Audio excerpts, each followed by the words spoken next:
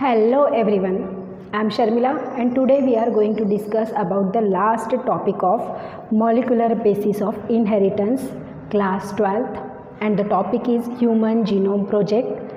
In short we called it HGP. बहुत ही छोटा सा टॉपिक है बट इम्पॉर्टेंट है एग्ज़ाम पॉइंट ऑफ व्यू से एंड नीट के लिए तो बहुत सारे क्वेश्चन यहाँ से बनते हैं. सो देखते हैं क्या है ह्यूमन जीनोम प्रोजेक्ट. हमारा जो जीनोम है बेटा, genome is nothing but the total number of the genes present in the haploid set of chromosome. Human being की अगर हम बात करेंगे तो in case of human being there are 46 chromosome but all these chromosomes are arranged in pair.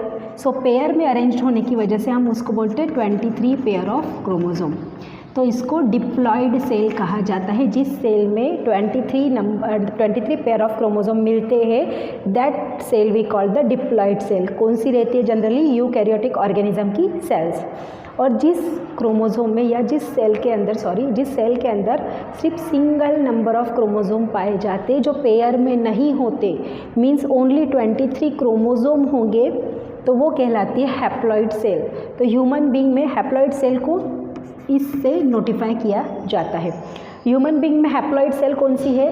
Human being में 2 haploid cells आती है, sperm in case of male body and egg in female body.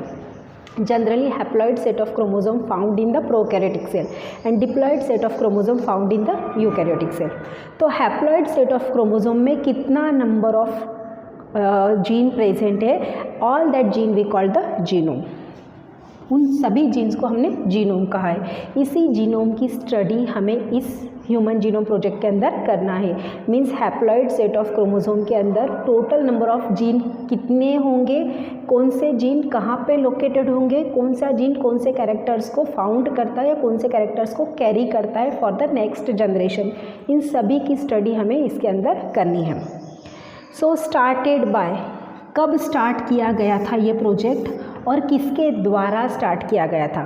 तो ये project आपका James Watson नाम के scientist ने start किया था बेटा इन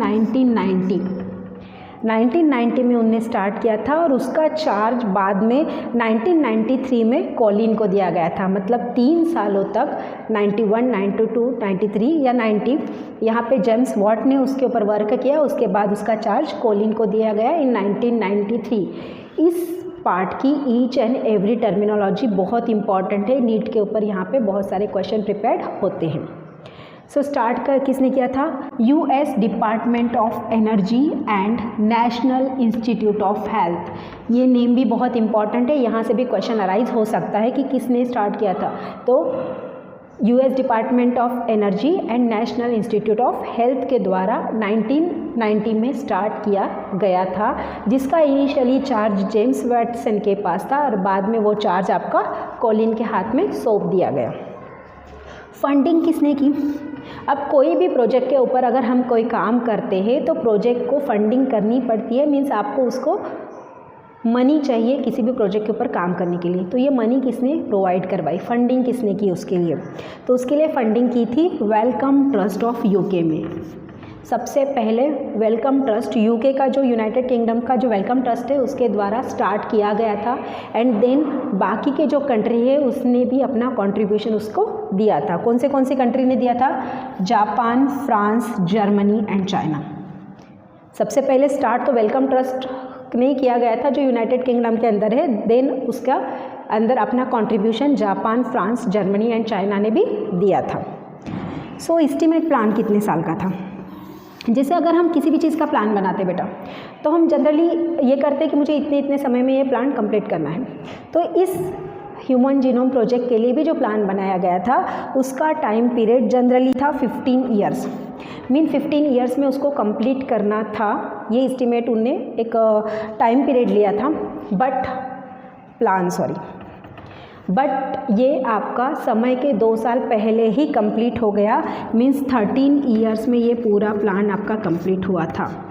13 सालों में ही ह्यूमन जीनोम प्रोजेक्ट आपका कंप्लीट किया गया, जबकि ये 15 साल का प्रोजेक्ट एस्टीमेट पकड़ के चला था. तो ये कंप्लीट कब हुआ था? 2013 में. 1990 में स्टार्ट हुआ था एंड 2013 में आपका कंप्लीट हो गया. 2003 2003 में आपका कंप्लीट हो गया। There may be 18,000 to 1 lakhs of the nucleotide और जीनोम। ऐसा एस्टिमेट किया गया था कि प्रोजेक्ट स्टार्ट करने से पहले एक अब एस्टिमेट लगाते कि ये चीज़ें चाहिए, ये रॉ मटेरियल चाहिए।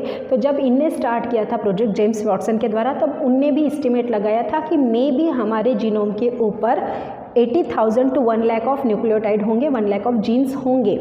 बट एक्चुअली जब प्रोजेक्ट स्टार्ट किया गया, उसके ऊपर वर्किंग किया गया, प्रोजेक्ट कंप्लीट हुआ, तब पता चला कि एक्चुअली जीन की संख्या कितनी है, 20,000 to 25,000 only. Means actual genome है ह्यूमन बीइंग का 20,000 to 25,000। एंड न्यूक्लियोटाइड अप्रॉक्सीमेटली कितने थे, न्यूक्लियोटाइड है approximately 3 million base pair. 3 million base pair को अगर हम इस फॉर्म में लिखते हैं तो आएगा 3 × 10⁹ base pair. 3 million base pair that we call the 3 × 10⁹ base pair. ये एस्टिमेट लगाया गया था ह्यूमन जीनोम प्रोजेक्ट स्टार्ट करने के लिए। ओके अब ह्यूमन जीनोम प्रोजेक्ट स्टार्ट तो कर दिया गया, बट आवश्यकता क्या थी, गोल्स क्या थी। किसी भी चीज़ को अगर हम स्टार्ट करते, किसी भी प्रोजेक्ट को अगर हम स्टार्ट करते, तो हमारे कुछ गोल लेके चलते कि हमें क्या क्या चीज़ें इसके अंदर स्टडी करनी है। तो ह्यूमन जीनोम प्रोजेक्ट के क्या गोल्स थे उसको भी हम देखते हैं। ह्यूमन जीनोम प्रोजेक्ट के गोल्स क्या थे बेटा हमारे, देखो ज़रा। To map all human gene, human के ऊपर, ह्यूमन बॉडी के अंदर जितने भी जीन हैं सभी की सभी जीन्स की मैपिंग करना, ये एक इम्पॉर्टेंट था। Then to find the total number of gene. Okay mapping तो कर दिए, बट ये तो पता होना चाहिए कि कितने नंबर ऑफ जीन है। तो पहले तो उनने क्या किया था, यहाँ पे 80,000 to 1 लाख तक 1 लाख तक आपके न्यूक्लियोटाइड या जीन लोकेटेड है, ऐसा एस्टिमेट लगाया था। बट एक्चुअली थे कितने, 20,000 to 25,000। तो यही टोटल नंबर आपको डिटरमाइन करना था। To determine the nucleotide sequence of all chromosomes, total number of chromosome कितने हैं, 23 chromosome. Out of them 22 autosomes है एंड XY एक क्रोमोजोम है। तो XY को अगर हमने सिंगल किया तो वो होंगे आपके 24 क्रोमोजोम। तो 24 क्रोमोजोम के ऊपर कितने न्यूक्लियोटाइड के सीक्वेंसेस है, वो सभी न्यूक्लियोटाइड के सीक्वेंस को डिटरमाइन करना। To construct the physical map of human genome. Okay हमने न्यूक्लियोटाइड का सीक्वेंस पता चल लिया, न्यूक्लियोटाइड का नंबर पता कर लिया, तो इन सभी नंबर्स को हमें एक फिजिकल मैप के थ्रू रिप्रेजेंट करना है। क्योंकि अगर मैपिंग के थ्रू हम उसको रिप्रेजेंट करते हैं तो अंडरस्टैंडिंग करने के लिए ज़्यादा बेटर होता है। Store the information in database.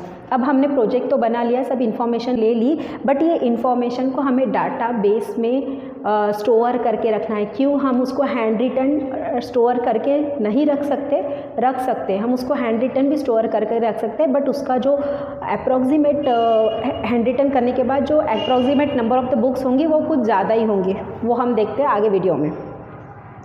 Improve the tools for the data analysis. तो जो डाटा हमने बेस तैयार किया, उस डाटा बेस के एनालिसिस करने के लिए हमें नए टूल्स भी बनाने पड़ेंगे, नए टेक्निक भी यूटिलाइज करनी पड़ेगी। And address the ethical, legal and social issue, जिसे अलाइसा कहा जाता है। Ethical, legal and social issue, तो ह्यूमन से रिलेटेड आपका कोई भी प्रोजेक्ट अगर तैयार किया जाता है तो ऑब्वियसली उसके ऊपर कोई ना कोई आपके इथिकल इश्यूज़ आते हैं, कोई लीगल इश्यूज़ आता है, किसी ने उसके ऊपर कुछ लीगल ऑब्जेक्शन ले लिया, या फिर कुछ सोशल इशू आते हैं कि सोशल आपको वहाँ पे सपोर्ट नहीं मिला। यहाँ पे तो सोशल सपोर्ट किया गया था ह्यूमन प्रोजेक्ट स्टार्ट करने के लिए, बट ये सब इश्यूज़ आते हैं। तो इस इश्यूज़ को किस तरह से हैंडल किया जाए, ये भी ह्यूमन जीनोम प्रोजेक्ट का एक गोल था बेटा। प्रोसेस कैसी हुई थी, अब ये हम देखते हैं। कुछ इम्पॉर्टेंट चीज़ थी जो इस ह्यूमन जीनोम प्रोजेक्ट में थी बेटा। Total number of base pair कितना बोला था, total number of base pair थी हमारे पास 3 मिलियन बेस पेयर। अगर 3 मिलियन बेस पेयर में से 1 बेस पेयर को आइडेंटिफाई करने के लिए अगर $3 खर्चा आता है, एक बेस पेयर के लिए $3 खर्चा, तो 3 मिलियन बेस पेयर के लिए नियर अबाउट आएगा 9 मिलियन खर्चा। इतना ज़्यादा आपका कॉस्टली प्रोजेक्ट था, बड़ा प्रोजेक्ट था, इसलिए इसको मेगा प्रोजेक्ट भी कहा जाता है। बहुत ही बड़ा प्रोजेक्ट था, इसलिए इसको मेगा प्रोजेक्ट भी कहा जाता है, क्योंकि नंबर ऑफ़ ईयर्स भी ज़्यादा लिए कंप्लीट होने के लिए, एज वेल एज बहुत खर्चीला भी प्रोजेक्ट था, बहुत खर्चीला प्रोजेक्ट था, इसलिए इसको मेगा प्रोजेक्ट भी कहा जाता है। तो 3 मिलियंस आपका इस्टीमेट खर्चा उसको आएगा अगर टोटल ह्यूमन जीनोम प्रोजेक्ट को अगर हम काउंट करते हैं तो। इवन दो अगर हम उसको हैंड रिटन डाटा उसका स्टोर करके रखते हैं, और suppose hand written data store करने के लिए सपोज़ हमारे पास 1 बुक है, 1 बुक के अंदर 1000 पेजेस है, एंड 1 पेज के ऊपर 1000 लेटर हम लिखते हैं, तो ऐसे near about 3300 of the books बनेगी, जिसके अंदर ये आपका डाटा स्टोर होगा। 3300 बुक्स एक सेल के अंदर जो जीनोम है उसका डाटा स्टोर करने के लिए। इवन तो हमारे सभी सेल में एक जैसा जीनोम है, हमने देखा कि बॉडी की सभी सेल में एक जैसा जीनोम है, चेंज कुछ भी नहीं, तो भी आपका इतना ज़्यादा स्टोरेज हमें यहाँ पे करना पड़ेगा। इसलिए इसको कंप्यूटराइज प्रोग्राम तैयार किया गया इसका डाटाबेस स्टोर करने के लिए। एंड इस कंप्यूटराइज प्रोग्राम तैयार करने के बाद बायोलॉजी की एक नई ब्रांच का यहाँ पे जन्म हुआ, और that branch we called bioinformatics. Bioinformatics means bioinformatics का इन्वेंशन कब हुआ? ह्यूमन जीनोम प्रोजेक्ट कंप्लीट होने के बाद। कंप्लीट कब हुआ था? 2003 में, क्योंकि उसी समय वो उसको स्टोर किया गया। तो बायो इन्फॉर्मेटिक्स ये बायोलॉजी की नई ब्रांच है जिसके अंदर डाटा एनालिसिस किया जाता है या फिर बायोलॉजिकल डाटा को स्टोर किया जाता है। तो ये कुछ इंपॉर्टेंट टर्मिनोलॉजी थी related to human genome project. तो इसकी मेथडोलॉजी क्या है, अब हम ये देखते हैं कि किस तरह से वो ह्यूमन जीनोम प्रोजेक्ट को कंप्लीट किया गया, उसका क्या मेथड थी। मेथडोलॉजी में 2 अप्रोचेस रखे गए थे बेटा। फर्स्ट अप्रोच है identify all genes that are expressed in as RNA. RNA के ऊपर जो एक्सप्रेस्ड है जीन उसका आइडेंटिफिकेशन करना। तो आरएनए कहाँ से आता है? आरएनए डीएनए से बनता है। हमने देखा था लास्ट वाले वीडियोस में देखा है कि mRNA, rRNA and tRNA DNA से बनता है, जो सिंगल न्यूक्लियोटाइड सीक्वेंस उसके ऊपर होती है। That we call the expressed sequence tag, इसी को कहा जाता है ESTS, एक्सप्रेस सीक्वेंस टैग्स। तो इस आरएनए के ऊपर जो भी जेनेटिक सीक्वेंस है, जो भी जीनोम है, उसको आइडेंटिफाई करना, एक ये अप्रोच था। और दूसरा ब्लाइंड अप्रोच कहा जाता है। उस ब्लाइंड अप्रोच के अंदर simply sequencing of the whole set of genome, जितने भी जीनोमिक सीक्वेंस होगा। हमें पता है जीनोमिक सीक्वेंस में 2 तरह के जीनोमिक सीक्वेंस आता है, एक हेटेरोट्रॉफिक और eutrophic. Heterochromatin and euchromatin, heterochromatin and euchromatin. तो इसमें इसेंशियल जो है आपका यूक्रोमैटिन है, जिसके ऊपर आपकी जेनेटिक इन्फॉर्मेशन स्टोर रहती है, और हेटेरोक्रोमैटिन आपका किसी भी तरह का वर्किंग नहीं करता। तो ऐसे पूरे के पूरे जो इसेंशियल जीन है एंड जो नॉन इसेंशियल जीन है, उन सभी की स्टडी करना, that we called the blind approach. उसी को ब्लाइंड अप्रोच कहा गया कि जितने भी इसेंशियल यूक्रोमैटिन रीजन है as well as heterochromatin region है, उन सभी की सीक्वेंसिंग करना, उन सभी की स्टडी करना, ये भी एक अप्रोच के अंदर लिया गया, और इसी अप्रोच को उसने ब्लाइंड अप्रोच कहा है। ये 2 पार्ट तो हमने देख लिए थे। देन लॉन्ग डीएनए, हमें पता है कि हमारा जीनोम जो है डीएनए बहुत लंबा है, 2.2 मीटर है। अगर हम इतने लंबे डीएनए को आइडेंटिफाई करेंगे तो बहुत ज़्यादा समय लगेगा और ज़्यादा हौच-पौच भी होगा, क्योंकि बहुत विंडिंग स्ट्रक्चर है। तो उसको हमें पहले छोटे छोटे फ्रैगमेंट्स में ब्रेक डाउन करेंगे। तो लॉन्ग डीएनए को ब्रेक डाउन करेंगे फ्रैगमेंट्स के अंदर रेस्ट्रिक्शन एंडोन्यूक्लियस एंजाइम के द्वारा, एंड उसको क्लोन किया जाएगा विथ सूटेबल होस्ट के साथ उसको क्लोन करेंगे। तो हमें हर एक ब्रेकेज जो पार्ट है, हर एक जो पीस ऑफ द डीएनए है, उसकी स्टडी करने के लिए आसानी हो जाएगी। तो यहाँ पे वेक्टर, 2 तरह के वेक्टर यूटिलाइज़ किए गए बेटा। एक एज होस्ट 2 तरह के यूटिलाइज़ किए गए, बैक्टीरिया एंड ईस्ट, क्योंकि दोनों प्रोकैरियोटिक है। और प्रोकैरियोटिक में जीनोम का सेट कैसा रहता है? सिंगल सेट रहता है। तो बैक्टीरिया अगर यूज़ किया गया तो उसके लिए वेक्टर यूटिलाइज़ किया गया BAC, that we call the bacterial artificial chromosome. And yeast अगर यूज़ किया तो उसके लिए वेक्टर यूटिलाइज़ किया ईस्ट आर्टिफिशियल क्रोमोसोम और YAC। इनकी बॉडी में जीनोम डाल के उसकी स्टडी की गई कि कौन से बेस पेयर पे कौन सा कैरेक्टर्स है या कितने number of the base pair है, उसकी सीक्वेंसिंग क्या है, किसके बाद कौन सा बेस पेयर रिपीट हो रहा है, ये सब डिटेल स्टडी इन क्लोनिंग के द्वारा, इस सीक्वेंसिंग के द्वारा की गई। अब सीक्वेंसिंग क्या थी इसमें? सीक्वेंसिंग थी autosomal DNA sequence. First autosome कितने हमारे पास? ऑटोसोम 22 है, तो इन 22 क्रोमोसोम का जो सीक्वेंस है वो की गई, बट ये सीक्वेंसिंग की गई फ्रेडरिक सेंगर के द्वारा। फ्रेडरिक सेंगर के द्वारा जो साइंटिस्ट थे हमारे, उनने ऑटोसोम की डीएनए सीक्वेंसिंग की गई। इसके अलावा उनने डीएनए के सीक्वेंसिंग के अलावा प्रोटीन की जो अमाइनो एसिड की सीक्वेंसिंग है वो भी फ्रेडरिक सेंगर के द्वारा की गई है। ओके, ओवरलैपिंग सीक्वेंस फ्रैगमेंट, उस फ्रैगमेंट के अंदर अगर कुछ सीक्वेंस ओवरलैप हो गया है, बार बार एक दूसरे के ऊपर आपका ओवरलैप हो गया, तो ऐसा कितना नंबर ऑफ ओवरलैपिंग सीक्वेंस है उसकी भी आइडेंटिफिकेशन किया गया, स्टडी की गई। Alignment of such sequencing through the computer program. Align करना मतलब हम उसको प्रॉपरली कैटेगराइज करते हैं, इंडेक्सिंग करते हैं। तो किसी भी चीज़ की कैटेगराइजेशन किया जाता है, इंडेक्सिंग की जाती है, तो बराबर प्रॉपर वे में 1 बाय 1 उसका इंडेक्सिंग की जाती है। बट इसको हमने किसके थ्रू की? कंप्यूटर प्रोग्राम के थ्रू की, क्योंकि डीएनए बहुत ही लंबा है, उसके ऊपर नंबर ऑफ द न्यूक्लियोटाइड बहुत ज़्यादा थे और इतना ज़्यादा डाटा हैंड रिटन स्टोर करना पॉसिबल नहीं था, तो कंप्यूटर प्रोग्राम के द्वारा उसकी सीक्वेंसिंग की गई। सीक्वेंस ऑफ द क्रोमोसोम 1, जो सिंगल आपका क्रोमोसोम नंबर 1 है, उसका सीक्वेंस 2006 में कंप्लीट हुआ। एक्चुअली प्रोजेक्ट कब कंप्लीट हुआ था? 2003 में, बट क्रोमोसोम 1 वहाँ पे बाकी था।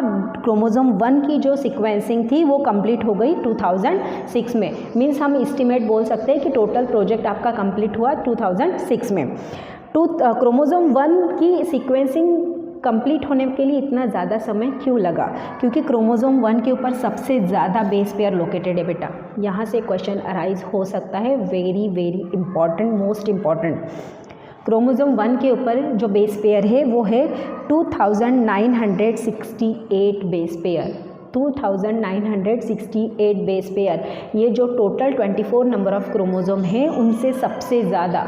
अब मैंने यहाँ पे 24 नंबर ऑफ क्रोमोसोम बोला, आपने सुना होगा कि 23 क्रोमोसोम है, तो 23 पेयर है बेटा। और यहाँ पे एक्स वाई को मैंने अलग कर दिया क्योंकि ऐसे एक्स क्रोमोसोम है, X chromosome and Y chromosome. तो 23 + 1 Y, that we called the 24 chromosome. तो क्रोमोसोम 1 के ऊपर सबसे ज़्यादा बेस पेयर है, कितना है? 2968। एंड क्रोमोसोम वाई के ऊपर सबसे कम बेस पेयर है, वो है 231 बेस पेयर। यहाँ से क्वेश्चन अराइज हो सकता है, सबसे ज़्यादा बेस पेयर कहाँ पे है, सबसे कम बेस पेयर कहाँ पे? तो सबसे ज़्यादा है हमारे क्रोमोसोम नंबर 1 के ऊपर और सबसे कम है हमारे क्रोमोसोम वाई के ऊपर। ये था sequencing data of the human genome project. अब इससे रिलेटेड कुछ आपके एस्टिमेट फन फैक्ट्स है, एज वेल एज उसका यूटिलाइजेशन कहाँ पे होता है, ये भी चीज़ें हम 1 बाय 1 देखते हैं। तो इसकी जो मैपिंग की गई वो किस बेसिस पे की गई और किस तरह का मैप बनाया गया? मैपिंग जो की गई ह्यूमन जीनोम प्रोजेक्ट की, 2 तरह के मैप यहाँ पे आइडेंटिफिकेशन किया गया, बनाए गए बेटा, genetic map and physical map. Genetic map का बेसिस था arrangement of the distance between gene. ये आपका डीएनए है, डीएनए के ऊपर ये न्यूक्लियोटाइड है और जीन्स है, तो ये 2 जीन के बीच में कितना डिस्टेंस है, इसकी अरेंजमेंट के बेसिस पे जेनेटिक मैप को बनाया गया। And what about the physical map? Physical map is the physical location of gene, means exactly chromosome है ये, क्रोमोसोम के ऊपर आपका जीन का लोकेशन क्या है, कौन से एरिया पे वो लोकेटेड है, that are expressed in the physical map. वो थिंग आपके फिजिकल मैप के द्वारा एक्सप्रेस की गई। तो genetic map and physical map बनाने के लिए कौन से चीज़ों को ध्यान में रखा गया, किस चीज़ के बेसिस के ऊपर ये मैप बनाए गए? तो मैप को क्रिएटेड करने के लिए कौन सी चीज़ों को ध्यान दिया गया? पहला तो रिकग्नाइजेशन साइट। रिकग्नाइजेशन साइट हमें पता है कि डीएनए के ऊपर रिकग्नाइजेशन साइट रहती है for the preparation of RNA, है ना, ओरिजिन ऑफ रेप्लिकेशन जिसे बोलते हैं हम आरएनए के प्रिपरेशन के लिए। तो रिकग्नाइजेशन साइट के बेसिस पे उसका मैपिंग की गई। रिपीटेटिव डीएनए के बेसिस पे हमें पता है, जब हमने डीएनए फिंगरप्रिंटिंग देखा था उसमें कहा था कि कुछ जीनोम सीक्वेंस है, जैसे ATTCGG, ये एक जेनेटिक सीक्वेंस है। तो बार बार ये सीक्वेंस आपका रिपीट हो रहा है, तो ऐसे डीएनए सीक्वेंस को हमने कहा था रिपीटेटिव डीएनए। तो इसके बेसिस पे भी आपका मैप का ओरिएंटेशन या फॉर्मेशन हुआ। And microsatellite that we called VNTR, variable number of tandem repeat, ये भी हमने डीएनए फिंगरप्रिंटिंग में देखा था। उस एरिया को हमने कहा था माइक्रो सैटेलाइट एरिया। इसके बेसिस के ऊपर भी आपका मैपिंग की गई। ओके, इस सब्जेक्ट से, इस टॉपिक से रिलेटेड कुछ फन फैक्ट्स है जो हम याद रख सकते हैं और वो इम्पॉर्टेंट भी होते हैं। 99.9 nucleotide sequence is same, only 0.1 sequence is change. सभी ह्यूमन बॉडी के अंदर, सभी ह्यूमन बींग के अंदर जो 99.9% ऑफ द जीन सीक्वेंस रहता है वो सेम रहता है, सिर्फ 0.1% अलग रहता है, चेंज रहता है, जिसे हमने बोला था VNTR। इसी को हमने बोला था माइक्रो सैटेलाइट। हमने डीएनए फिंगरप्रिंटिंग में उसके बारे में पढ़ा था। तो यही जो 0.1% चेंज रहता है सीक्वेंस का, ये हमारा यूनिक कैरेक्टरिस्टिक्स है जो हमें एक पर्सन से दूसरे पर्सन को अलग रखता है। 50% of the gene functions are unknown. इतने सारे जीन हमारी सेल के अंदर है, जीनोम के अंदर है, तो भी out of that total number of the genes 50% ऐसे जीन हैं जिनके फंक्शन तो हमें आज तक पता है भी नहीं है। Less than 2% of the genome codes for protein. जितना total number of the genome है उसमें से 2% से भी कम सीक्वेंस जो है वो प्रोटीन बनाता है, बाकी का सीक्वेंस आपका प्रोटीन नहीं बनाता। और हमने देखा था कि जो सीक्वेंस प्रोटीन बनाता है वही इसेंशियल जीन कहलाते हैं, बाकी सब नॉन इसेंशियल है। Means less than 2% of the gene is essential gene. There are 1.4 millions of the locations with the single base difference। ये क्या होता है? मीन्स 1.4 मिलियन लोकेशन जो होंगी, आपका ये लंबा सा डीएनए है उसके ऊपर 1.4 मिलियन लोकेशंस ऐसी मिलेगी जहाँ पे एक ही बेस पेयर आपका चेंज होगा। मीन्स सपोज AGTC ये आपका रिपीटेटिव डीएनए, ये 100 टाइम्स आपका रिपीट हो गया। उस 100 टाइम्स रिपीट होने के बाद एक ही सीक्वेंस जो आएगा वो चेंज हो जाएगा, यानी एक ही सिंगल जगह पे वो आपका सीक्वेंसिंग चेंज मिलेगी। तो ऐसे कितना total number of the time आपका चेंज मिलेगा, वो 1.4 मिलियन ऑफ द टाइम आपको सिंगल बेस पेयर का चेंजिंग मिलेगी। फंक्शन क्या है? Okay, so what are the uses of the human genome project. हमने इतना सारा ह्यूमन जीनोम प्रोजेक्ट की स्टडी की है, इतनी सारी सीक्वेंसिंग की, सब चीज़ें की, बट उसका यूटिलाइजेशन क्या है? तो इसका मेन यूटिलाइजेशन है बेटा to find the genetic disorder and treat it. जो भी जेनेटिक बीमारियां है, जो जीन से रिलेटेड बीमारियां है, हम उसको फाइंड आउट कर सकते हैं कि बीमारी कौन से नंबर के क्रोमोसोम पे है, कौन से लोकेशन पे है, एंड उसको ट्रीट भी किया जाता है। क्योंकि अगर हमें एग्जैक्ट नंबर ऑफ क्रोमोसोम पता है कि इस क्रोमोसोम पे बीमारी है, जैसे आपका टर्नर सिंड्रोम है, डाउन सिंड्रोम है, जो हमें पता है कि ये वाले नंबर के क्रोमोसोम के ऊपर है, टर्नर सिंड्रोम 21 नंबर के क्रोमोसोम पे है, डाउन सिंड्रोम 13 नंबर के क्रोमोसोम पे है, तो हम उसको आइडेंटिफिकेशन करके उसका ट्रीटिंग भी कर सकते हैं। Use in medical industries. Genetic sequence हमें पता होने की वजह से जीन से रिलेटेड जितनी भी बीमारियां हैं उसका स्टडी करके हम मेडिकल इंडस्ट्रीज़ में भी इम्प्रूवमेंट ला सकते हैं। यूज़ इन द जेनेटिक्स इस ब्रांच के अंदर जीन की स्टडी की जाती है, तो जेनेटिक्स ब्रांच के अंदर भी हम इसका यूटिलाइजेशन कर सकते हैं। ह्यूमन जीनोम प्रोजेक्ट के थ्रू हम उसको स्टडी के लिए यूटिलाइजेशन कर सकते हैं।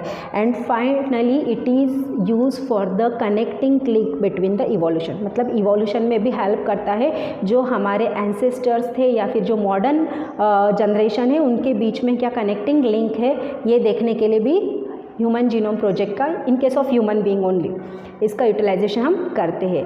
जैसा ह्यूमन जीनोम प्रोजेक्ट के अंदर हमने सभी जीन का आइडेंटिफिकेशन किया, उसकी फिजिकल मैपिंग की, उसकी जेनेटिक मैपिंग की, उसका सीक्वेंसिंग पता चला हमें, वैसे ही हमने ह्यूमन के अलावा कुछ अदर ऑर्गेनिज्म के ऊपर, कुछ अदर प्लांट्स के ऊपर भी उनकी जेनेटिक सीक्वेंसिंग की है। जैसे ड्रोसोफिला है, कुछ बैक्टीरिया है, कुछ प्लांट्स है, उनके हमें पूरा टोटल नंबर ऑफ जीनोम पता है। जैसे पी प्लांट है, उसका हमें टोटल नंबर ऑफ जीनोम पता है, जिसके द्वारा हम उसको आपके जो जेनेटिक इंजीनियरिंग ब्रांच है या फिर टिश्यू कल्चर ब्रांच है उसके अंदर उसका यूटिलाइजेशन करके नए नए इन्वेंशन किए जाते हैं। This is about the human genome project. ये आपका मॉलिक्यूलर बेसिस ऑफ इनहेरिटेंस का लास्ट टॉपिक था बेटा। यहाँ पे ये लेसन ख़त्म होता है। I hope you understand well about इस टॉपिक।